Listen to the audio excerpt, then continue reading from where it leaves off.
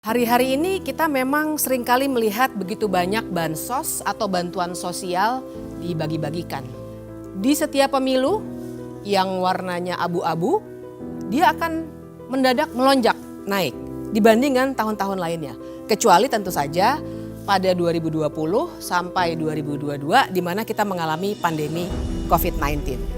Tapi bahkan kalau dibandingkan dengan itu pun tetap pemilu 2024 ini ternyata menunjukkan angka yang sangat tinggi, hampir mencapai 500 triliun. Bansos yang dibagikan oleh Presiden berkaitan dengan cadangan pangan sehingga Jokowi melibatkan Badan Urusan Logistik dan juga Badan Pangan Nasional saat bagikan bansos. Namanya bantuan langsung tunai di Kemensos itu kan berjalan di November-Desember, Mbak. Itu kan di ranahnya Kementerian Sosial. Maka Bu Risma hadir bersama Presiden. Lalu yang di bulan Januari yang sudah berjalan itu namanya bantuan pangan. Itu di bawah Bulog, di bawah Kemenko Ekon. Jokowi juga ingin memastikan keberadaan pangan di setiap daerah karena dampak El Nino atau kemarau panjang yang menyebabkan harga beras naik di Indonesia maupun di seluruh dunia. Semua anggaran bansos juga melalui mekanisme persetujuan oleh DPR RI yang tentunya melibatkan semua partai politik. Bu Risma sebagai Menteri Sosial akhir-akhir ini juga membagi-bagikan bansos dan tidak ada masalah padahal Bu Risma juga dari partai PDIP.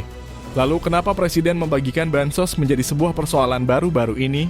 Padahal sudah lama Presiden sering membagikan bansos ke masyarakat. Kita tahu ada kenaikan harga beras di seluruh negara, bukan hanya di Indonesia saja, pertama.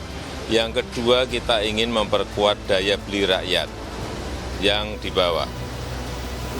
Dan itu sudah dilakukan, misalnya bantuan pangan beras, itu sudah sejak September. BLT itu karena ada El Nino, kemarau panjang, sehingga juga ini untuk memperkuat daya beli masyarakat, sehingga diperlukan. Dan itu semuanya, sekali lagi, itu kan sudah lewat mekanisme persetujuan di DPR APBN itu. Jadi jangan dipikir hanya keputusan kita sendiri, tidak seperti itu dalam mekanisme kenegaraan kita, kepemerintahan kita nggak seperti itu.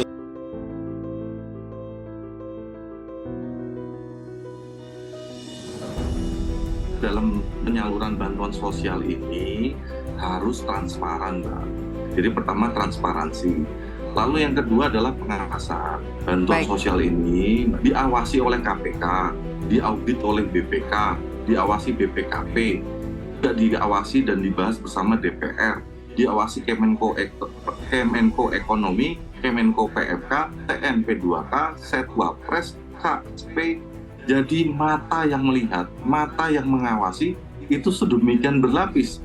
Jadi saya rasa hal-hal tersebut bisa mengurangi risiko-risiko yang tadi Mbak sampaikan.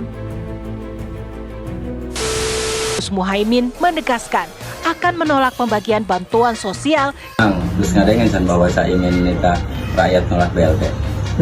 Ngadengin? Oh, ini sebagai orang Banten. Tadi masih tak asal jeplak ngomong baik. Ini ya, katanya ngusung semangat perubahan. Itu bukan ngusung semangat perubahan ya, tapi semangat penderitaan. Ya kalau memang saya ingin nama Pak Anies memang nggak bisa ngasih BLT untuk masyarakat, ya alangkah baiknya lebih baik diam gitu kan. Alangkah jangan suruh nolak-nolak itu. Alangkah baiknya kan diam. Udah jangan banyak omong misalnya kayak gitu.